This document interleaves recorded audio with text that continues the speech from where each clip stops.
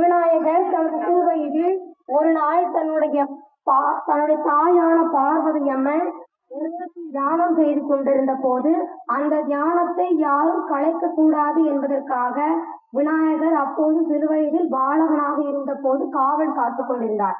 அப்போ சிவபெருமான் பார்வதி அம்மனை பார்க்கறதுக்காக வராங்க. அப்ப அந்த பாலகனுக்கு சிவபெருமான் யாருன்னு தெரியல. அதனால சிவபெருமான பார்வதி தாயை பார்க்கறதுக்கு அனுமதிக்கல.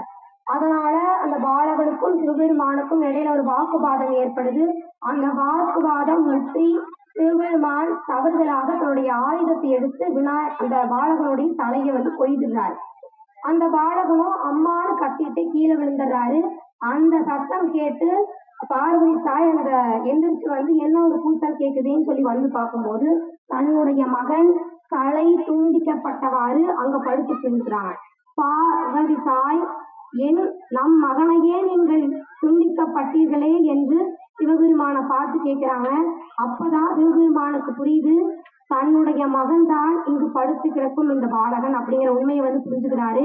அப்புறமா பார்வதி தாயுடைய துக்கத்தை போக்குறதுக்காக வடக்கு திசையில படுத்து கொண்டிருக்கக்கூடிய ஒரு விலங்கினுடைய தடைய வெட்டி எடுத்துட்டு வாங்க அப்படின்னு சொல்லி தன்னுடைய வேலையாட்களிடம் சொல்றாங்க.